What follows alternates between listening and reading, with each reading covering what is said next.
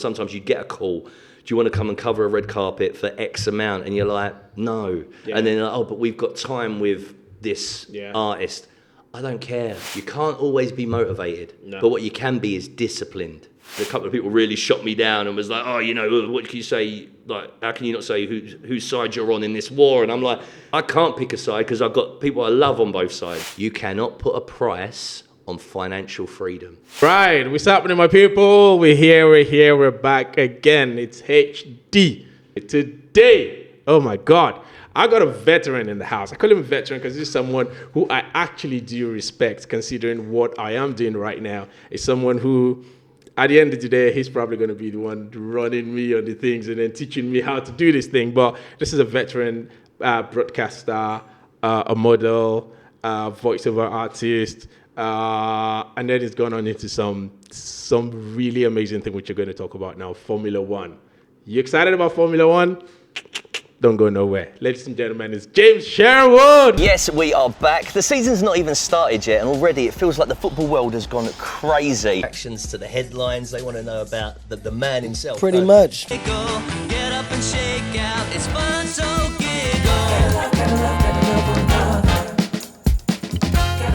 What's happening, brother? Hey, how's it going? I'm in absolute awe of that introduction. And you were saying about these huge, successful people, and I was like, well, when are they getting here? I can't wait to meet them.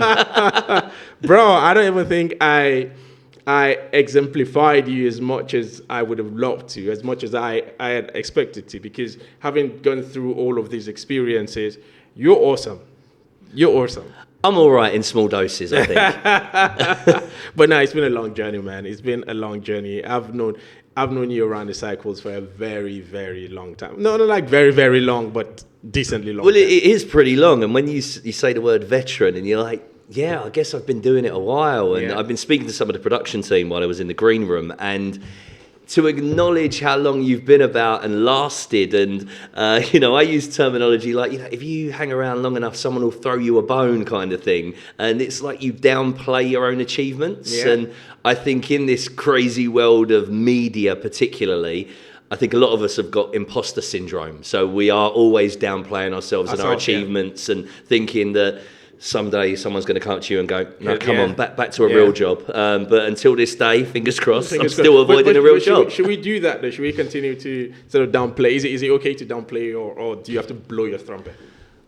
I think I like to downplay it more than anything. I'm not sure if there is that much to chant about exactly. I'm not what someone would say is famous or someone of notoriety, but it's more a case of I've had some great moments in my life, some money can't buy moments. I've managed to be part of some great projects and shows, and if I say I do a lot of work in schools now with the UK government, raising aspirations and a bit of mentorship with young people and about daring them to dream a little.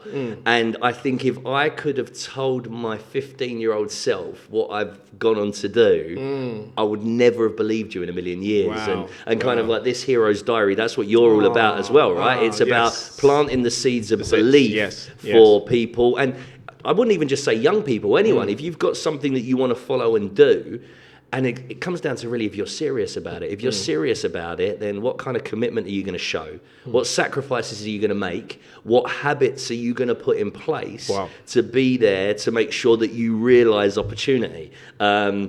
And I know you mentioned about this epic world of F1, which I am now a very small cog in. I will say, again, playing myself down possibly, but a very small cog in a sense of enhancing the fan experience. So whether it be at a team's HQ or whether it be on location working with a sponsor or working with a race team as part of a race weekend, to have realised it and done it is because of the character that I've created, in a sense of seeing a crack in a door somewhere and going, I'm going to smash through that door and I'm going to do it. And I used to love motorsport when I was young. My stepdad is a huge petrol head, so it wasn't Super Sundays from a soccer or football perspective in our household. It was race day, on Sunday. Right. So growing up across the Nigel Mansell, Ayrton Senna era, etc. But then I kind of fell out of love with it, and life gets in the way. You become a late teenager and you're out partying, etc. But then I started watching the Drive to Survive series, and that was brilliant because it kind of brought F1 to the masses and showed everyone behind the curtain as such. You know, it's not just about the cars going around the track, it's all the soap opera behind, which is what fans demand now. And then also I come back to really what my role in the whole machine is to enhance that fan experience and make them a part of it and give them the stories that are going on. And when I'm talking about the world of Formula One, I always say, forget about just one car on a track going round and the driver. Each car represents 1,000 people that have worked towards it. Some of the world's best engineers and scientists, and then you've got strategists, and even think about the people that are doing the marketing the hospitality. So that's what's being represented on the track. That's very obvious when we watch Formula One and you see it's a whole company behind one car. And then there's several cars. Obviously, there's several teams, and it's such a... I mean, it looks like an individual sport, but it's such a team sport, isn't it? It is completely, and I think in this day and age, what's wonderful is there is a huge invitation for everyone to become a part of it. So since Liberty Media bought the rights to F1, I think it was 2017. Before that, it was a bit of a boys' club, and it was a certain ilk of people and high society, etc. And Liberty Media were very much like, okay, we want to open it up to the masses. Part of that was the Drive to Survive series. And then when you go to an F1 weekend now, and in fact, working in Formula E as well, it's very similar. There's so much fan activation going on. So the race around the circuit is important, but there is a whole day or weekend's activities going on for you to be a part of, whether it be Formula E and the whole sustainability push with that, or Formula One, just the top highest end of motorsport and physics and science. Wow, that sounds amazing. So, but as we're speaking Formula One, just for context, what's your role?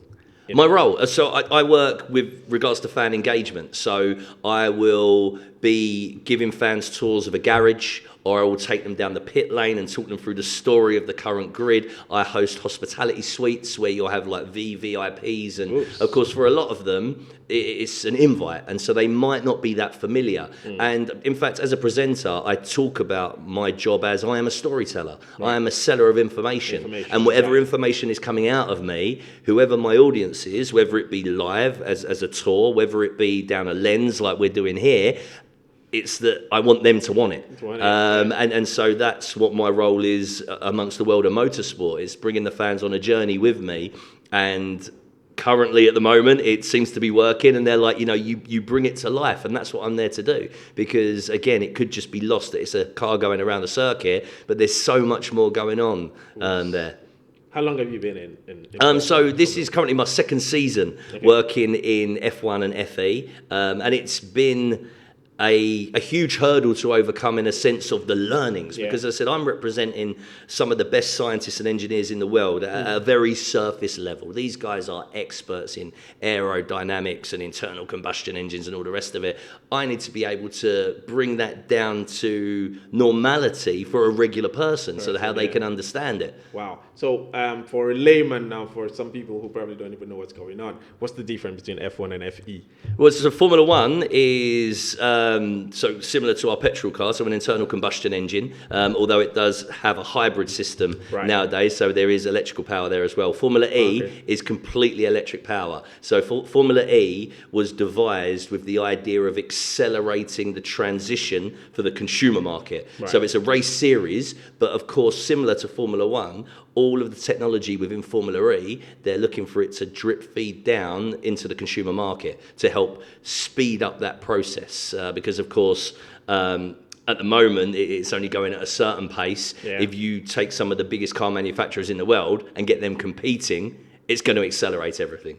Wow. So how's the experience been in that? Because it seemed to be a very glamorous world. There seemed to be a lot going on, a lot of influential people, a lot of money thrown around. It's crazy. You must meet loads of I say it looking here, and I little old me, I'm looking here at how the other half live as we overlook the city of London behind us.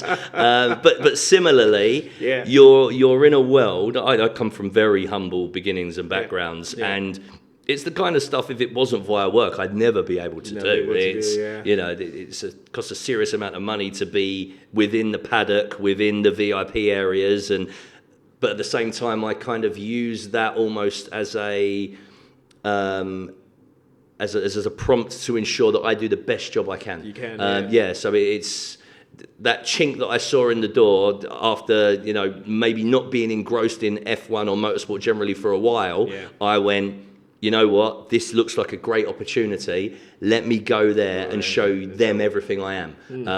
And even props to my client that works within the world of motorsport, in fact, because I think they're also showing that they're part of the transition that's happening within the sport, because once upon a time, maybe there would be more formal individuals within this field and within fan engagement. But now, particularly from Liberty Media downwards, new and emerging markets is everything. If you've already got a captured market in the UK, okay, you want the new next generation to come through, but you also want the market of America, that they've been trying to crack for however long. Lewis Hamilton is talking about, why are we not in Africa? It's the only continent now we don't have a race. Nigeria. Yeah, we could see. Bro, there's no lights there. We can see what happens. You never know. The car will stop. Listen, never say never is all I'm going to say. All they're interested in. For now, it's never for Nigeria. But there were races historically in South Africa. South Africa, definitely. So who knows? But I know Lewis Hamilton is very much flying that flag for the African continent, saying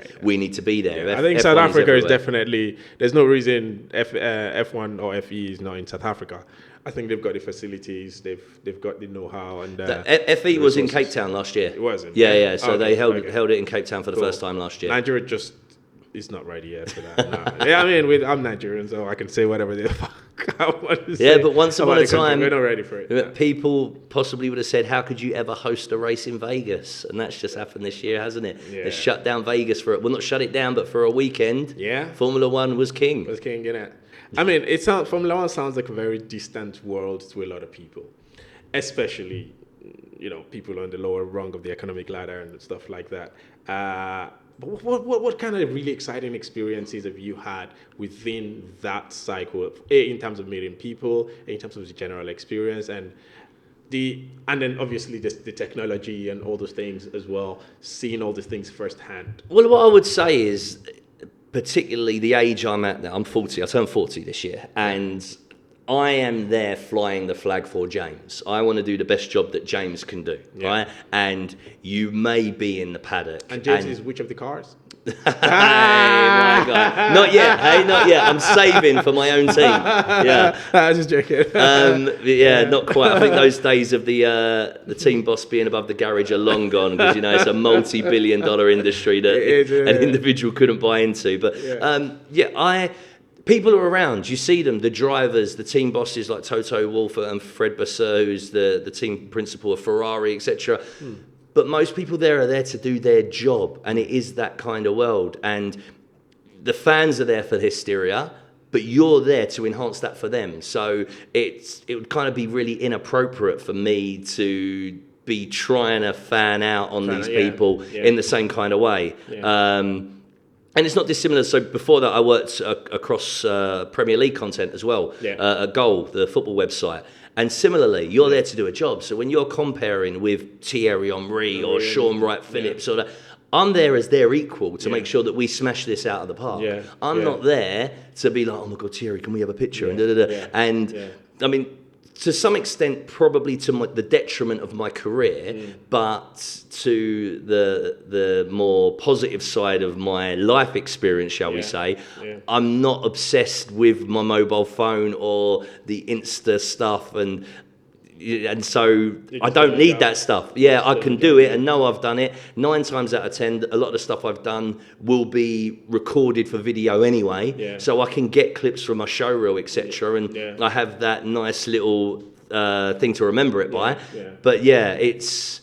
And I think to anyone listening, again, that's got these aspirations, go into things that you want to do for the right reasons, right? And if you want to be around these kind of worlds, go there to showcase yourself at your best. Don't go there because you want to hang out with X, Y, and Z. Yeah. And don't get me wrong, we all have those kind of aspirations at some point because, you know, when I did my first job in TV, was 2007, so a long, long time ago. And within 2 weeks of being in a studio and doing some movie reviews, I was on a red carpet with Will Smith. Yeah. And, you know, if you're not in the right state of mind, in a sense or approaching it from the right perspective of, I'm here as a professional to smash it out of the park, how long's that going to last? You know, whereas I went there to create, in my mind, the best bit of content that I could in Leicester Square in that moment to ensure that my producers are happy, to ensure that then you're still going to get to work and, you know, then all the other bits that come with that. Again, you've got the magic for your show reel that's always going to last. And my nan's still that stuff with Will Smith, I loved it so much. I mean, I'll check in your show reel how, and like you said, which we're going to get into, your experience in sports.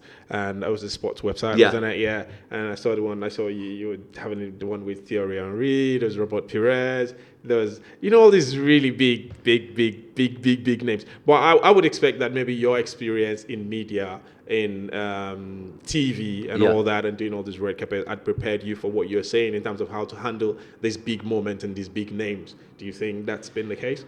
Yeah, because at some point you realise it's a bit of a dance, and you do a dance, and at some point you're in a media pen being held, trying to get these couple of seconds with people, and then you get out of the media pen and maybe you're getting more one-on-one time with individuals. And again, I was talking to some of the team in the green room and just saying about some of the things that you end up doing, and then seeing where those people end up progressing to. Like I remember having half an hour with Kevin Hart once in a hotel room and just being like, this was before he was Kevin Hart he is now. So this would have been 2012, 2013, I think. Right. So he was on the rise. He was on the rise and doing well in the States, but still over this side, he could probably still walk around London and no one would have a clue who he was, right? But I had to have my finger very much on the pulse. This was when I was producing an entertainment show, Afrobuzz. And so I always knew who was going to be in town that would appeal to our demographic. And similarly, Trevor Noah, one of his first trips into the UK, and we had to even arrange where we was going to do the interview and stuff. And you then see him now on these Tonight shows. You're like, yeah, the brother did okay. You know what I mean? But do you reckon they still recognise you from that little time you had with them? Who knows? Who knows? I mean, 'cause obviously they've met a lot of people. They've met a lot of people, they're quite massive. But it's just... I mean, when I think about that stuff and you say, does it prepare you for these moments to act in the right way? Then, yeah, you get seasoned to it, I guess, don't you? You have these moments where it's a bit of a... But then you've got to go in and do your thing. And then after a while, you've done your thing enough that you're just going to do another thing. And so when I turned 30... I probably started to realise I'd almost had enough of it, particularly within the world of entertainment. So, you know, you've met whoever's whoever. So it's not like now... I remember, at that point as well, sometimes you'd get a call. Do you want to come and cover a red carpet for X amount? And you're like, no. And then, but we've got time with this artist. I don't care. Like, I've got all that stuff now, and I've done those money can't buy moments. And now at this point at 30, I'm like, I've got a mortgage. I need to get paid. And unfortunately as well, it's an industry where not everybody can be, in the UK context, Reggie Yates, I guess I would say. But everyone needs to eat. And then you have to just try and maybe navigate your skill set a little. So that's really what I did. I kind of channeled away from entertainment, went more towards sport and corporate, and then actually, I should mention as well, I work with a really good arm of the government called Uni Connect, which is all about raising aspiration and mentorship with young people, and that is something that gives me as much purpose, I still do that now, as anything else that I do. So I can be in a room with 50 to 80 students, and we're teaching them memory retention skills to help them smash their exams, or we're guiding them on a model that's going to open up things that they want to do in their future and what are their considerations, and you see them kind of nodding and believing that, yeah, maybe I can do a little something, you know, even if it is that they want to do something like follow into the world of media. Okay, well, what can we do about that now? Even if your school doesn't study media studies, can you begin to like start messing around a little bit with initially possibly iMovie, and then if you're really serious about it, why not buy yourself an edit suite and invest? Yeah, I mean, I don't even know what ones are around anymore. So again, I used to produce my own show. I could edit it. Still Adobe Pro. Final Cut still going, and Premiere. I know there was a big Final Cut move from number 10, wasn't there? It upset everyone because it was like iMovie too much. That's when I left it. Yeah. So that was for me. That was the last. You the Final Cut 7, which was like that was the one. Yeah. And then they went on the app Final Cut 10. I was like, nah, because they wanted more people to buy it. It just felt like an app now, like something you can just edit your little Instagram shows and stuff. That's fine. Yeah. But not like the professional stuff. Yeah, so that, you, as I said, you're just flexible, you're nimble, you're trying to, how can I make the most of this situation? Wow. And don't get me wrong, not even all of the time, but 60, 70% of the time, can you be thinking like that? Because we're not, I really like the new movement at the moment. It says about, because there was this whole push, motivation. Yeah. You can't always be motivated, but what you can be is disciplined, right? So if you're disciplined, you always go to the gym, right? Yeah. Even when you don't feel like it. If you're disciplined, so in my world... Taking action, just doing it. My world, even now to this day, 2-3 times a week, I always check particular notice boards. Still now, I've got contacts and I'm always working, but you never know when you could come across a new production company that's looking for something. Yeah. You can never let as many people as possible know you exist. Yeah. You know, and even though I've been doing it a long time, there's still people that don't know I exist, and I can go into meetings and they go, "So what have you done?" And then you talk and they're like, "Oh, all right. So you've actually done quite a bit then." You've been there. Yeah. No. Like like they say, like 90% of success is just showing up. Sometimes I think that's what you're saying in terms of the discipline, because it's important to just learn the discipline. And once you're disciplined, you have to do something, whether you feel like doing it or not. If it's something that has to be done, you just have to keep doing it, and that consistency over time. Someone was asking me the other day that in business, how do you stay motivated, with some young people? And I just said stuff like, once you get started and you're stuck in it, if what you're doing is actually real enough, once you're stuck in it, it sustains the motivation in itself, because once it's big enough and challenging enough for you, and it means enough for you, you can't walk away from it. It gets bigger and bigger and bigger, the challenges, and you just cannot walk away from it. That in itself is motivation, because then you have to fit it. But anyway, that's just my own. I mean, unfortunately, at the moment, I know there's this whole push towards mental health, and people's mental state is important. Yeah. But I think a lot of younger people are interpreting that as, this means I shouldn't do anything that doesn't make me feel good. And that simply isn't true. You have to. And even for myself, when I think about my career, one of the biggest skills I've had to navigate, and I still have to work on to this day, is working with teams of people, and there'll be individuals that you don't actually even get on with, which is a huge skill. And it's one, perhaps in my late 20s and early 30s, that I wasn't so good at. If you let me down professionally, like, you're dead to me, yeah? But now I try and navigate it in a different way. Yeah. I think that's a very essential skill you've mentioned there, teamwork, because there's no way you can build a huge success without having a team around it, or there's no way you can be successful even at work without working with a team. You can't do anything on your own at all. So how do you work? What have you learned?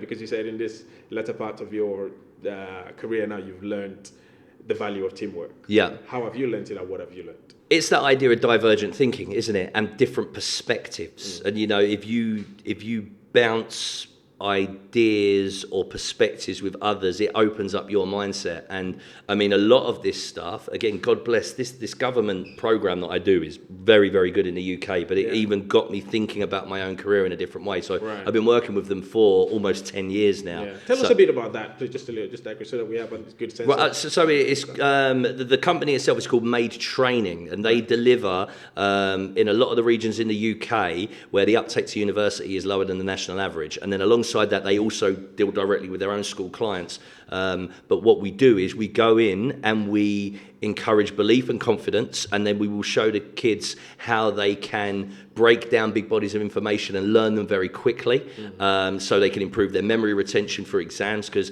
unfortunately the archaic education system, exams are still really just a bit of a memory test at that stage in their life. And then it's about raising that aspiration as well, because in a lot of places in the UK, and again, I was speaking to a team member about this, just saying that the advertising campaign of the UK is London. Yeah, London is, in my opinion, the best city in the world. And it's similar to the States. When you think of the States, you think of New York, LA, Miami. You don't think of the Midwest.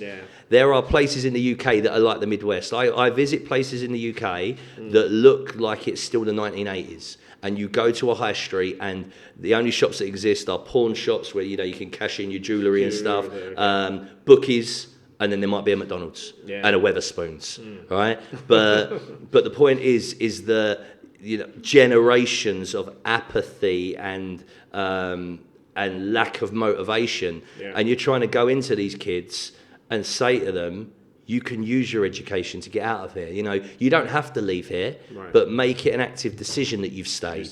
Don't ever say that you got stuck, because the world is, to some extent, your oyster if you choose to try a little and open up your mindset and speak to the experienced people around you to help navigate. And I was very much like that. I left school at 16 and went and worked in insurance as an office junior, earning £7,000 a year, right? And so this was 2000, the year 2000.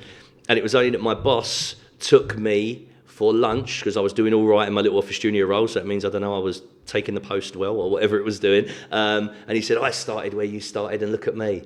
And I looked at him with the fear of God, and I was like, wow, so you've been here 20 odd years, and in those 20 years you've moved from this desk to that desk, and all you've got on your desk that I haven't got is a phone. and it was like he thought he was giving me a motivational talk, and literally I was going boom.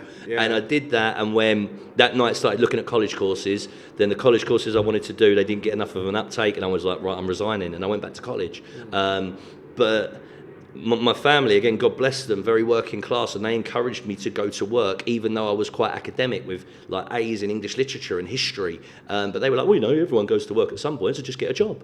And so that's what I did. But then, luckily, I went to college, and I met some amazing tutors that stretched my mind, showed me about what else you could do, talked to me about university. And I went home with this word university, and again my mum and stepdad were like, what you that's not what I do, kind of thing. And then went to university, and that absolutely blew my mind. Met people that I didn't even realise could exist, and from all the four corners of the UK, and internationally as well. And you just saw the potential of what life could be. And then also, I must give props to my dad as well, though. Me and my dad, we don't have the most conventional relationship, but my dad has always really set a standard of what could be. So, and to dare yourself to dream, as it were. So my dad's an actor, and he's Royal Shakespeare Company. He's been on the telly a bit here in the UK and has travelled the world acting. And your dad's name is Clarence Smith. But so seeing him do that, although my everyday life with my mum and stepdad was very how it was, seeing him do that, and then him dripping in and out of my life, I was like, well, you can get to these places. And again, so my dad is just a working class black man from Streatham. He grew up in that, and again, he was just lucky that he he met certain mentors in his life that dared him to go to drama school, and he did it, and then he made something of himself, and he grew up in the same kind of cohort as like David Harewood and those guys. Which was a very tough time for them as well, you know, being young black men in the UK in the 80s and 90s, Of course. you know, trying to make their impact and find their purpose in life. Yeah. But yeah, my dad having success made me also think, could my life be bigger than not only my bosses, but also my mum and my stepdads? And I love them for being there and providing for me. But okay, can we? And every generation should really, shouldn't they? Yeah, I think that parents should be setting a foundation for then the next ones to push through. That's what this is about. It's about creating reference points. It's about creating references for younger people that they can aim at, you know, like once you have a reference point, it's easier for you to aspire, easier for you to think, because you can see someone like you has done it, someone around you has done it, or someone within your cycles, or at best within your community has done it. It means it just encourages you to know that you can do it. But talking about family now, since you've gone into that, so your dad's black. Yep. And your mum's white. Is white. As in, what's the background? Run us about your family. So of course it feels like a therapy session now. We're going into that. There's a lot of stuff here, and we've got Jack Daniels. We've got Uncle Jack to make it through. That's it. So there's the first sip. My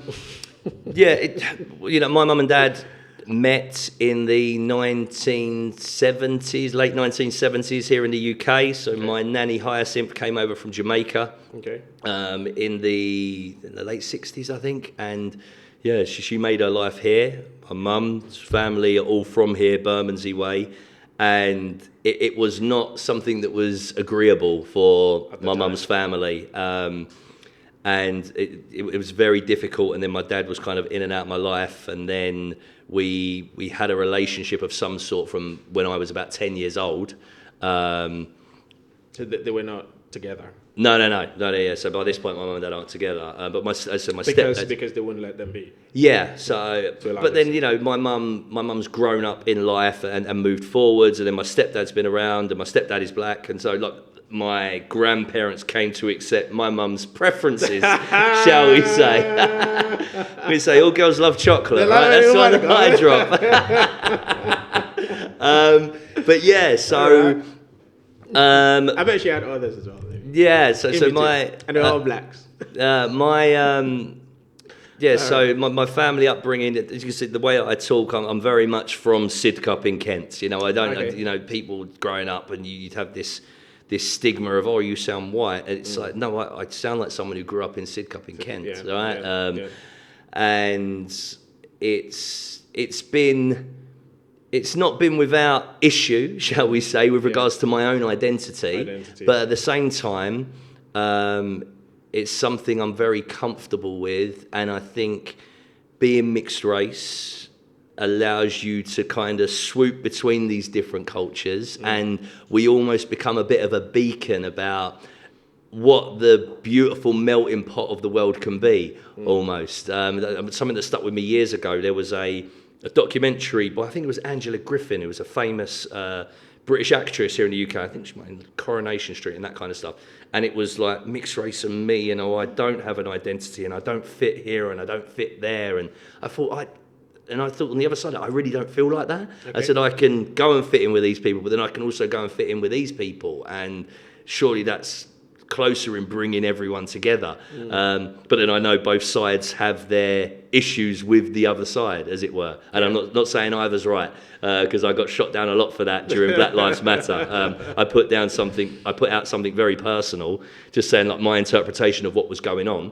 And a couple of people really shot me down and was like, oh, what can you say? Like, how can you not say whose side you're on in this war? And I'm like, no. I'm saying I'm not picking a side. I'm saying like, I know what's right if we're talking morality in this situation, but I can't pick a side because I've got people I love on both sides, right? So, Well, what would you say? I mean, let me put you on the spot a bit here now. Go on.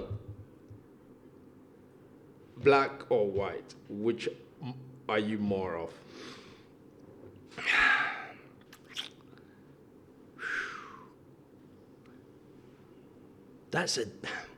Right, I shy away from white. I would probably say British, right? I would say culturally I'm British, much more British. But I mean, aesthetically, I look how I look. And particularly if I think about the journey that I've been through personally, even like from my hair. So I used to shave all my hair off when I was a teenager. You know, because you're a kid, you want to fit in, don't you? And I was in Sidcup in Kent. You know, there was a few other mixed race kids, maybe a couple of black kids. But you know, you want to fit in with the main demographic. But I've always, from like a late teen, from like 18, 19, going to university and meeting these people of every dynamic, and then there was just this huge acceptance of everyone being so different. From that moment, I've really celebrated my differences. But yeah, are you asking me to like pick a team? I wouldn't pick a team. No. Well, not exactly pick a team. I'm just trying to gauge where you subconsciously gravitate more towards which side. Subconsciously, without even trying to. But I think if you talk about subconscious, you then talk about culturally. Yeah. So like what's innate in my behaviours. Yeah. I'd say I'm very British. But then you have to. That's white, pretty much. Right, but you have to remember, like, if we break down the layers of this, even of as an individual, what I'm existing in, and so I have therapy, right? And so when we talk about the rejection of the other, right, and then also trying to make something of yourself within that environment, and all the things that come with that, and you know, maybe a time before the internet, and you remember, my name is James Sherwood. You don't know I am other until I step into the room, right? And then, you know, when I step into a room... Why are you saying other? Are you finding it hard to say black? No, not black. I'm not finding it hard to say black. Okay. I'm just saying, I'm talking about, so the... what's the word I want to use? So the environment and atmosphere from what you're in. So we know whose world we're existing in, right? So again, I don't need to say whose it is. We know whose world we're existing. So you're trying to be very... I'm diplomatic. I'm trying to be diplomatic, right? So we know whose world we exist in, and we need at certain points to... Well, we probably don't need to as much now, but there will be certain points where you have to behave in a certain way. And I would say I've felt this with high-end clients at particular times. Not that I think any of my behaviour is extreme, but that there will be almost like a paranoia that, am I going to do something out of you? I don't know like what, whether they think I'm going to start playing, I don't know, NWA or something like that. But yeah, the point being is it's more about you, because you're trying to make your way, because you need to earn money, right? So you can have a life experience, right? So you have to be, a word that I return to a lot is amiable, so agreeable, likeable. I think that's a very smart choice. I think that's very wise of you. And by the way, I'm not trying to put you on the spot. That's all right, it's cool. I'm not trying. I don't feel uneasy at all. Exactly, cool. Because obviously you've been able to make it into the world of Formula One, going back to that again, which is a very exotic, exclusive world. It's not a fair representation of sort of people from minority ethnic, whether black or any other. It's in transition. They're working on it, but you know, that's going to take time. It's not been the case, isn't it? No, it hasn't been historically. So do you feel your, as you would like to call it, Britishness, if you don't want to say white, has helped get into that world? Yeah, completely. It's, and again, it returns to almost during the Black Lives Matter initial movements. I started really thinking about my own experience and then understanding how completely different it was to my black friends. Even though I'm like, well, look at me. I look how I look. If anything, people are going to look at me and think, yeah, look, black power, bro, go for it. But they don't, because of my accent, right? And because there is a different stereotype to black male than there is mixed race male. And so, like jokingly, I said to my mates, you know, I can be considered diet black, and that's all right for the transition at certain points. You know, it's and again, because how I speak and how I sound, it feels safer for some people. And of course, we will evolve eventually where we won't be so caught up in, oh, if I hear that accent, it feels like that. And I mean, I've done it myself, where I've seen a black girl from Ireland, and I'm like, whoa, and you look at, I've got a friend who's Irish but Chinese, and you look at her first when you meet her, you're like, well, but we'll get over that. But it is a journey, and it does take time, and I guess you're there, around flying the flag, and you're trying to go, look, there's nothing wrong with us, we're all right. Yeah, so you've used your identity to your advantage, but what are the disadvantages? What have you had? What are the experiences you've had that are not? You've been smart about using it to work for you, what you've got. Yeah. What's the flip side? What's not working for you? Being mixed race, I think people can be more loosely, casually racist almost. Okay. So I'm not sure if that's a disadvantage, but the point being is that you get these little insights, and people almost let their guard down a bit more around you, or would be more likely to ask inappropriate questions of intrigue that are completely inappropriate, but they probably wouldn't ask you, but because I feel safer, they'll ask me. The only funny thing I can think of, I was in a nightclub once and someone tried to pull my hair off of my head. Oops. It was bigger than this though. Granted, at the time I used to have a huge fro, like in my early 20s. And there was a lot of interactions when I had bigger hair, in fact, with people that were, oh, well, you are a plaything. Like, we should be able to come and touch and feel. And it was, I'd very much be like, look, I don't want you in my personal space. I don't want you touching me. I'm not this thing to, almost like, was it the Venus Hottentot who got brought over to Europe and was just paraded around? And you'd actually get people would say back to you, well, why do you bother to grow it like that then? You clearly want the attention. And I'm not sure whether I did want the attention. I think it was more about my brand and my look that I was working for the media side of things. Yeah. Because, it's that kind of world where you've got to stand out. Yeah. And so what's your thing? And I was known as the film fro because I was doing the film reviews a lot. Yeah. But I'm just like pure negative things. I'm not sure if there's any that really sit with me. Yeah. Maybe the idea of authenticity is again one that I've discussed on the councillor's chair, because he says I know how to perform. I know how to perform to do this dance. We're not talking now how if me and you were just on the sofa chilling out there, are we?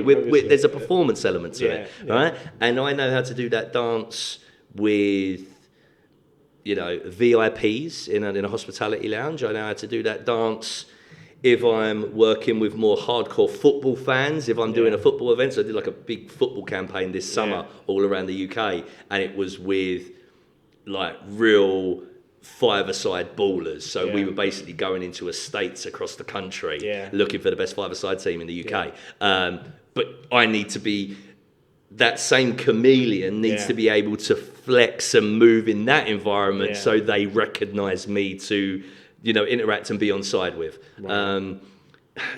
It's the performance element of my job, isn't it, really? And I think from what I'm getting now, so essentially there's way more advantage than there is disadvantages to what your identity is. I guess some point you might in the world to find out. You might have a crisis of faith at some point, and I openly admit that in my early 30s there was that existential thing of like, what am I doing? What actually matters to me? What's my purpose?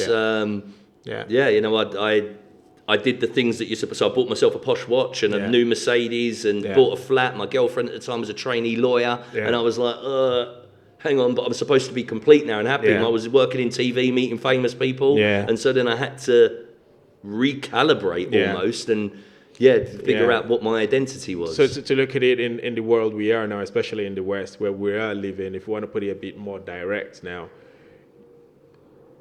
aside personal ability, personal ambition, and personal hustle and all that, you would have more advantage than me.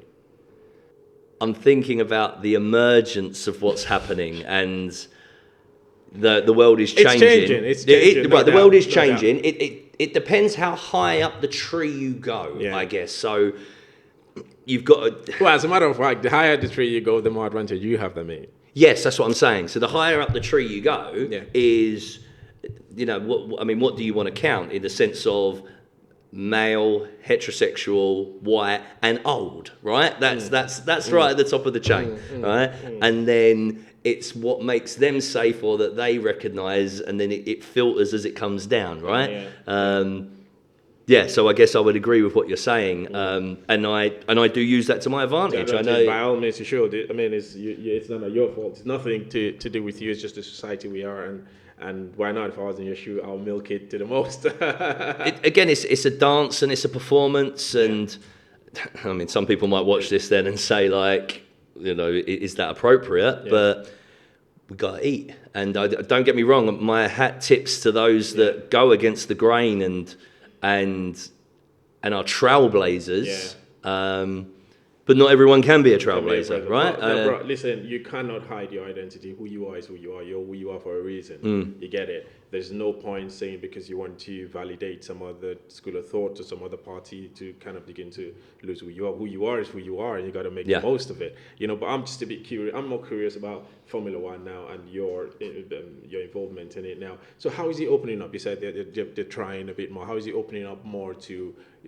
younger people from like black or minority or diverse backgrounds? Well, there's a huge push, and I guess the poster boy for that is Lewis Hamilton with his Mission 44 that he's doing now, and then off of the back of that, he's obviously involved with Mercedes, and they've got I think their campaign is called Accelerate 25, where they want 25% of their workforce to be from, again, I'm just going to use that broad term, other, and it is beautiful, and almost you realise it. So when I go into Mercedes-Benz World, which is at Brooklands, which is a great day out, if no one's been, go down there in Surrey. It's a free day as well, you can go and hang out.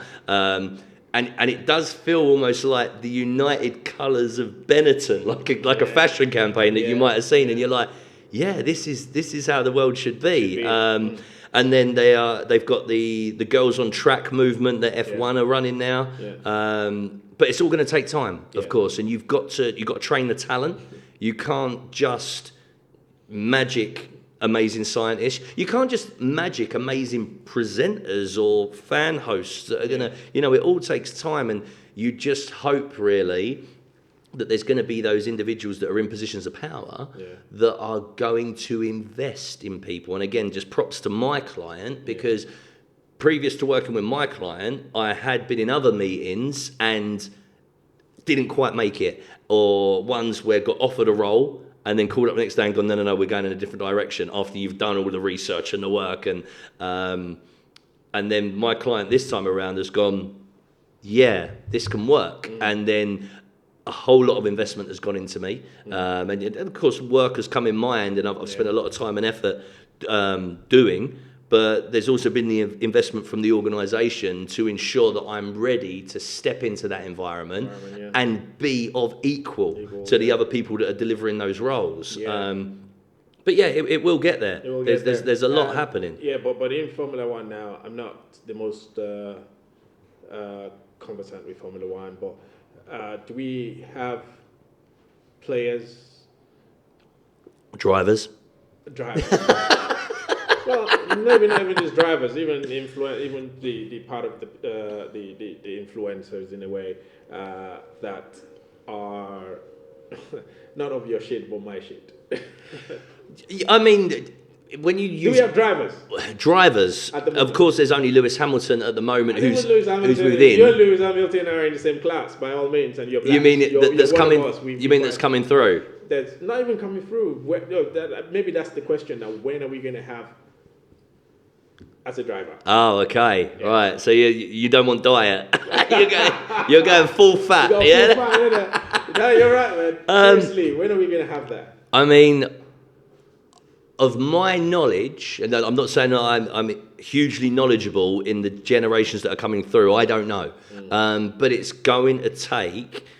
As a driver, that is the one area that perhaps it's going to be a lot tougher to overcome that hurdle, because the amount of money that needs to go into an infant at karting level, and so even some of the guys that I've worked with that are involved in Formula E, they karted with their kids when they were young, and they're saying, you know, you're going up against other kids whose parents are millionaires, and they're changing. I think Lewis Hamilton's dad talks about this. They're changing sets of tyres for every race, whereas like Lewis's dad was buying used tyres to use for the whole weekend. Are responsible for that. Yeah. So you've got parents that are just a gravy train. Okay, so is the problem because I've been battling with that for a long time. Is the problem because it's a financial problem, or is it an institutional problem? I think first and foremost, it's a financial. So the fact that a lot more people from minority ethnic cannot afford what it takes to get to and then that so if the minority ethnic individuals who do have money, are they leading their kids to karting at 5 years old? Yeah. The answer is probably not, right? Everyone wants to do, or a footballer, and you know, it's not dissimilar to golf. You know, Tiger Woods, it was like the one that came through. You're like, well, why this one? Well, he had his dad who was there making him hit balls from 2 years old, and until. I don't know, a lot of successful people have this. If you look at Max Verstappen, in fact, in the Formula One, you know, his dad is an ex-F1 driver. He used to be teammate with Michael Schumacher. And it's, you know, if your parent is going to push you in a direction, but then also has the finances to back that up, where, you know, you're not having to make certain sacrifices or choices between this and that. So I was watching the Braun GP documentary last week, and even Jenson Button, and his family weren't that well off, but I think they were still more well off than the Hamiltons were. Yeah. But he was talking about, you know, the sacrifices that were made within the family. So you've got that versus Charles Leclerc, who grew up in Monaco. So if you grow up in Monaco and your dad wants you to do something for the weekend, it might buy you a go-kart at 4 years old, and then have fresh tyres for you every weekend, and you might pay a mechanic to be there with you. And But, well, I know you're not a decision maker in Formula One, so it's unfair to be putting you on the spot. But you're aware that Formula One is making any efforts to narrow that gap for people from much less privileged background, like especially minority ethnic or diverse backgrounds? I don't know.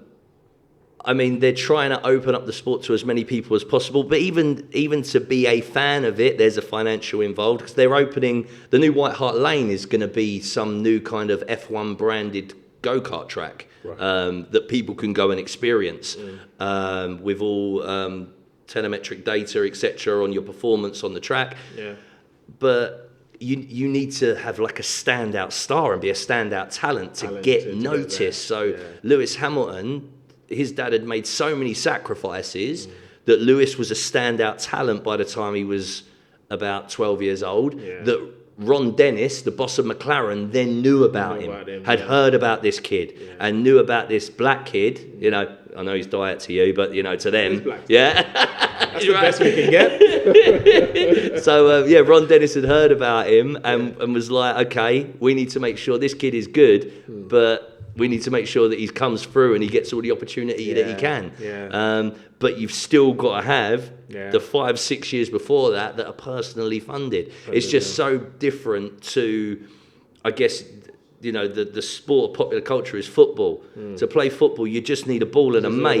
Even if you've not got a mate, you need a ball and a wall. And that's it. I think what's just needed is awareness. We just need awareness. You need people to be able to see that it's possible, that they can dream to be there, because at the moment, I mean, and in the past, it's just been out of sight. It's not even something you think of. It's not even within thinking sight. Like, you don't want to. No, completely. You just dare yourself to dream, and then nowadays we have the world at the touch of a finger. On you know, this thing that's always in our hand. Just start to research it, and find out some stuff. Not when I started thinking about being a presenter. Not dissimilar. It was a million miles away. I just saw the likes of Richard Blackwood and June Sarpong on the TV when I got in from school, right? And then I did acting, and whilst I was acting, someone said, you should try presenting. So I started doing some Googling. I did a course on it. I did a 1-day course, then I did a 3-day course, and then that got me a couple of bits to plug together and start sending some people. And then I started... Again, it's just about what you want to find that's out there. You find about these job boards, and then I started working with like some of the top training academies here in the UK for production side of things, like Ravensbourne College and National Film and Television School. they do full pretend shows. Right. So they need presenters for these full pretend shows. Yeah. So that was the first shows where I started getting in front of multi-camera and working with auto cue. And so that was all like 2006, 2007. Wow. And then by the end of 2007, I'd got enough bits to piece together that I got my showreel to someone that asked me to come in and do a movie review, and then I was getting paid a very small amount of money, but all of a sudden getting paid. And you start to build your own belief, and your people around you will help support you, I believe, if you're pushing and they can see what you're trying to do. And even like one of my friends, real props to her, and she said to me once, because I think I used to use the language of, oh, I'm trying to be a presenter. And she said, you're getting paid for it. You are a professional presenter. And it's those kind of things that from your peers around you. I worked with a guy many years ago, a peer of mine, a fellow presenter, and he talked to me about knowing your worth at some point. And it was at that moment, all of a sudden, I stopped working for £100 a shoot. And,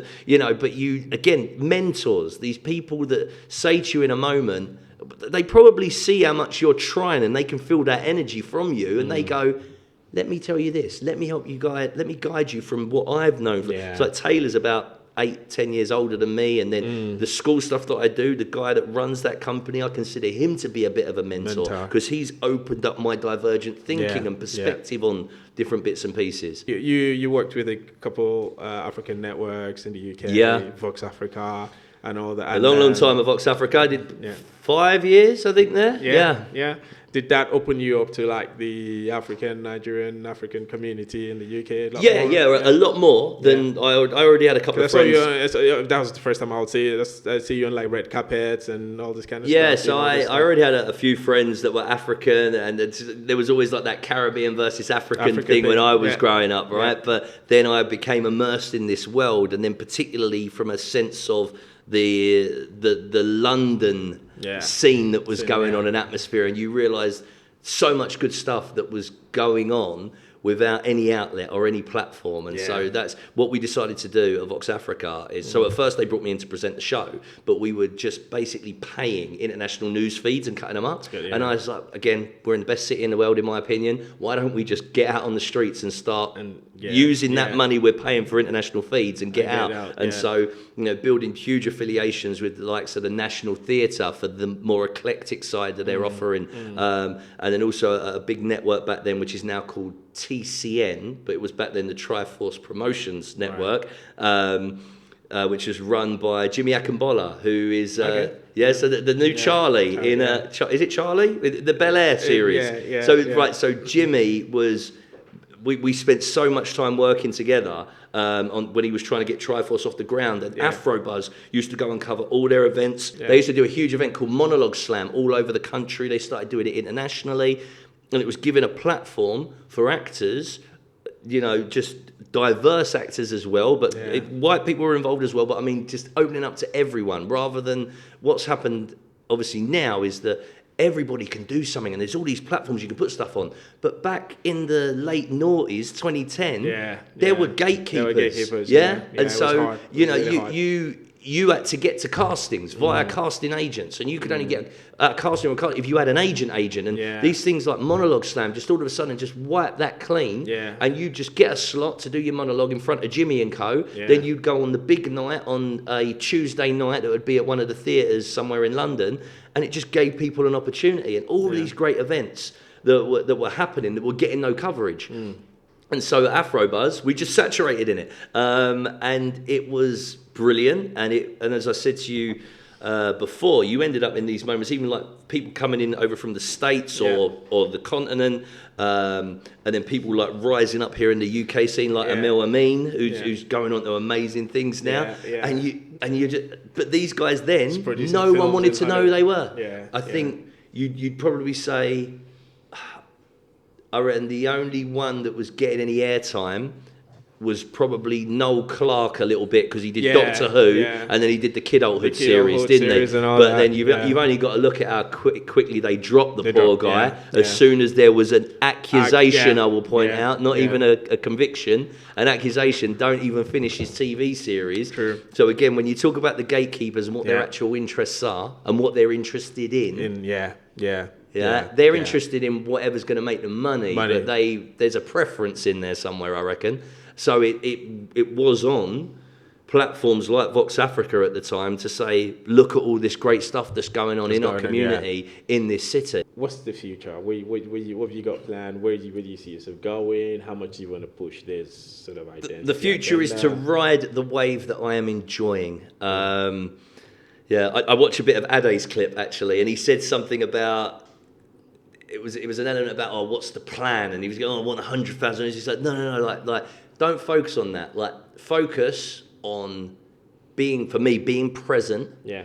And then whatever you do in that moment, do that to the best of your abilities. And so long may it continue that I'm dipping into these fantastic worlds. And again, I've got lots of high-end clients in the corporate space as well. Yeah. And I hope to keep impressing is the wrong word. I don't really want to I'm performing, but I want to keep satisfying their expectation. And realise opportunity, but at the same time, my life is very much a balance. Yeah. So I'm not one of these that's like work. Yeah. I work enough. Anybody that's listening out there, there's a famous study that was done at Princeton University, the happiness income balance, and it was something like once you earn over $100,000 a year, so for us, we'll say about £70,000. Your happiness doesn't change. So all you're doing is sacrificing your time for more money. And you've got a car. Yeah. When you're in a car, they all look the same, except they've got a different badge on them, right? But you can't see the outside. They're not quite the same. They're not quite. But the point I'm making I'm a car person. I know that they're not the same. it's this idea of signalling. Signaling to other people. I get what you're saying. Yeah. Don't get me wrong. I mean, you know they're not the same. You're in Formula One. Hey, you know the McLaren. I drive a Volkswagen, bro. I've been there. I've had the Benz. I've had the Beamer. But I'm now in a Volkswagen because my Volkswagen gets me from A to B. What Volkswagen? Just a T-Rock. I'm a very humble. I think it's got 160 brake horsepower. There you go. That's the dream I'm living. But the point is, I've now managed to compartmentalize and program. This is just getting me from A to B. Yeah. Because nice bit to end. You cannot put a price on financial freedom. That is the freedom and security that lifts a weight that I can never describe, probably because I've got a little bit of trauma because of how I grew up. Yeah. But the point being is I think a lot of people out there would experience the same. We get caught in this rat race of capitalism where you got to get it and then you got to get more. And then when you got it, you got to show everyone you got it. And by doing that, you then got none left. So you need to get some more. If you just get what you need and then dip into the things that you like to do, but always remember, do the things you like to do or spend money on the things that you do like. Look deep. Are you just, what do they call it, peacocking? To that young person who's in all over the world in different places, especially those who look like you, not me. Because there's a bit of a shade. Hang on, us. I think it's us. Bro. No, I know there's a bit of a shade, but you're getting too caught up in that shade. Right? No, I'm just joking. It's just all jokes, man. But just speak to these young people about how they can navigate their way navigate their way to their dreams, especially those who have dreams, and especially those who would love to be in like the world of Formula One or such exotic, out of sight, out of thinking world. How can they make it happen? Well, the first thing I'd say is that they can't be outside of their thinking because they're exposed to it, right? But the biggest hurdle is to believe that you could belong there. And then when you believe that, begin to find out how you could do it and speak to the experienced people around you. If you know anybody that's got any type of involvement, as I speak to thousands of kids across the year, and there'll always be a couple at the end that will wait to ask a couple of questions about whether it be F1 or working with Premier League footballers. I never turn them away. I consider it a blessing that they see me as somewhat successful. So if you've got any access to anybody, just ask them a couple of questions, their advice. And then it's over to you. Yeah? It's hard work pays. And what commitments and discipline are you going to show to make progress? And what I say a lot to kids is, I promise you, even if the big goal at the end doesn't work out, with work and effort, something great will happen along that journey.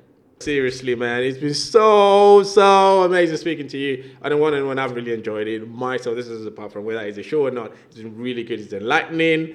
It opened my eyes a bit more to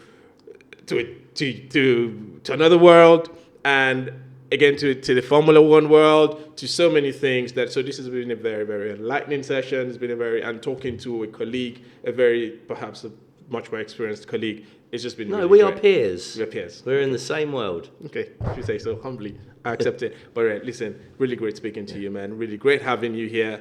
And I wish you all the best for the future. I wish you continue to pave way for our people, for our community.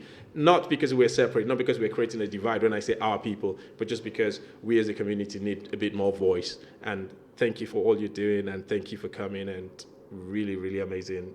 Thank you. Thank you for having me. It's been a pleasure. Brilliant, man. Guys, make sure you subscribe to Heroes Diary. It's been a great experience for me being here, and I'm sure you'll get plenty out of the amazing guests that they have as part of the podcast series. So subscribe right now.